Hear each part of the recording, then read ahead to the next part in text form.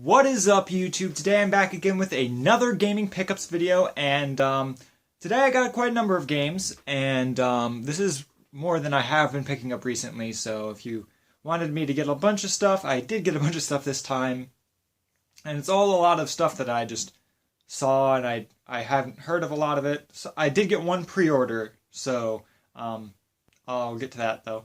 I got 7 different games for 5 different systems. And yeah, let's just get right into it. I'll go oldest stuff to newest stuff like usual. And that starts us off with the PlayStation 1.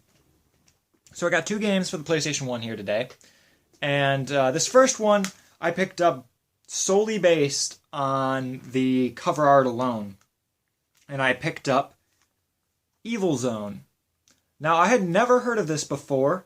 And I saw the cover art, and it had this really cool 90s style anime cover. And I looked at the back, and it had like all the characters on the back here in the same anime style, which is really, really cool.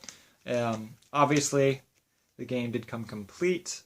And so basically, this game is a fighting game, at least as far as I can tell. I only really played the story mode, which is really, the story is a little bit disjointed. It's very, I don't know if it's poor translation or if it was just not a very good story, but it's one of those two, and it's a fighting game. But this is an interesting fighting game because there are only 2 buttons you really use, other than the directional buttons. You only really use 1 button to hit and 1 button to guard, which means all of the buttons are like combinations of directions and hitting the 1 hit button. And then guard is just obviously guard. So, I mean, it's very, very good for newcomers to fighting games, which I thought was very interesting. And another really interesting thing about this is this has a beautiful anime opening cutscene. There are no other cutscenes in this game that I saw, at least. Like I said, I only played story mode, and I played it with a couple different characters. But there was only that one anime opening cutscene, and it was really, really cool, though. So, if anything else, I mean, I got this game uber cheap. The voice acting is actually pretty good. They have a lot of unique and different characters with really cool and, like, supernatural fighting styles. It is a 3D fighting game, as you can probably see in the gameplay clip up there.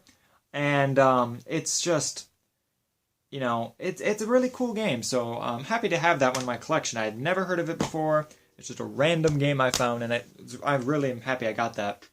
I love fighting games. Alright, the next one I got is another game. This one I had heard of the series, but I didn't actually know they made one for PlayStation 1. And I picked up Dune 2000. Now this is an RTS on the PlayStation 1. Now, you don't often see RTSs on, you know, consoles in general, even today. I mean, the only other RTSs on console that I have are, I have Aliens on PlayStation 2, I have Goblin Commander, and I think I have a Tom Clancy one on the PS3. So this is a nice one to add to the collection.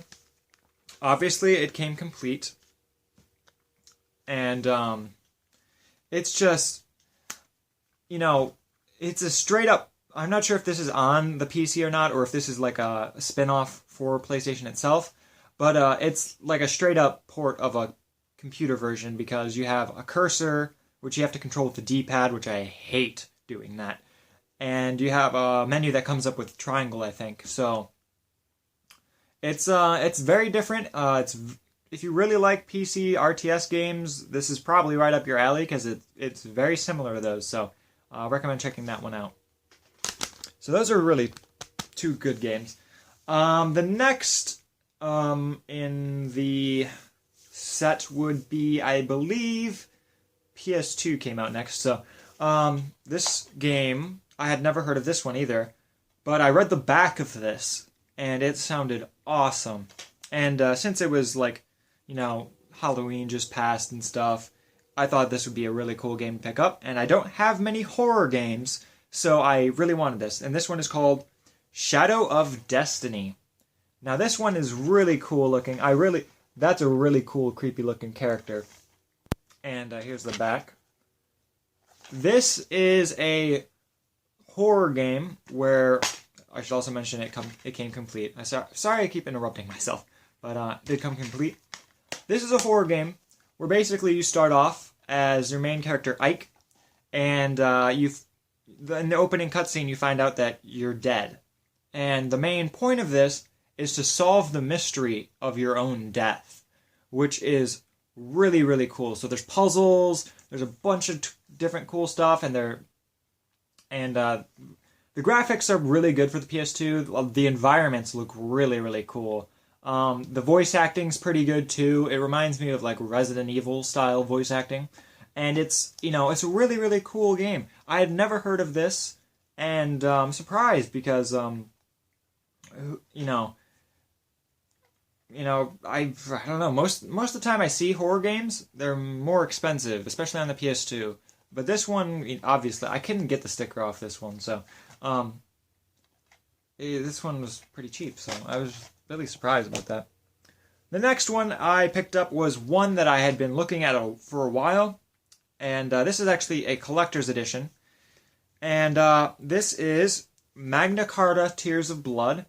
Now, I was originally looking at it online, and the going price of it is... I don't really like to give exact prices on my channel, but they are normally around the price of new games nowadays, maybe a budget title now, for this box set in nice condition. But I found this at a steal. This is a little bit beat up, obviously. The top flap has seen better days, but it did come complete with everything. And, you don't see very many PS2 collector's editions, so I saw this, good deal. It's a JRPG with, it's very similar in feel to Final Fantasy 13, if you've ever played it. All the maps, all of the exploring and stuff is very kind of linear feeling, at least from what I've played already. The battles are like sort of similar to Final Fantasy 13, where it's like a mix of instance style, but also in worlds, like on the world map, where you run into the monster and then it kind of fades to a separate screen and then you fight them. The battle system is unique to this, though. It's like sort of like a pseudo action where you're kind of doing real time, but you're kind of also doing turn-based. It's one of those weird ones. But the graphics for this game are really, really good. As you can see, here is the back. Now, this box set came with an art book slash,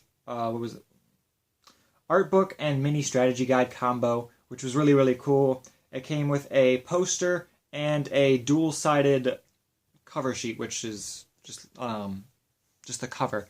So I thought that was really cool. Always happy to get collector's editions in the collection, and I'm happy I saved this one from whatever home it came from, because this was not taken care of that well. But it shall be looked after now. I'm just happy it's complete. So happy to have that in my collection. That's also made by Atlas, I should mention. All right, so the next game I'm moving on to is for the Nintendo DS. Now, I had seen this game before, and my friend actually owned it, and I had watched him play it, and I had played it a little bit as well. And I have never seen another copy of it until this last weekend, and I picked up Age of Empires, the Age of Kings. This is not a port of the computer version, so do not be misled by the title. That's what I originally thought back when it came out, when my friend had it, but when I played it, obviously. This is more like Final Fantasy Tactics, like that style strategy RPG. There's the back. And this did not come complete. It actually only came with a cartridge, but the cartridge is in my DS right now. So it's, if you like Age of Empires, it's kind of like a mix of tactics, like Final Fantasy Tactics, and a mix of Age of Empires, where some of the Age of Empires aspects are kind of dumbed down a lot. Like the resource gathering is kind of dumbed down. The building, the amount of buildings you can have, and the whole strategic layout of buildings and stuff, and strategies revolving around that, all pretty much dumbed down. But if you are a fan of tactics style, this is a really cool take on it.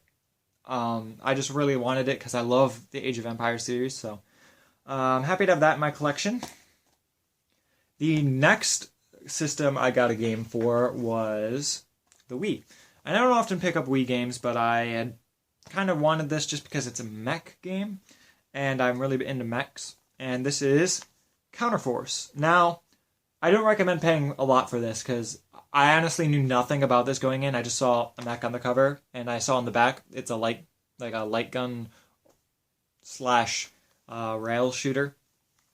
I would not recommend paying a whole lot of money for this because there's only 5 levels, I believe, and you can finish the game in under an hour.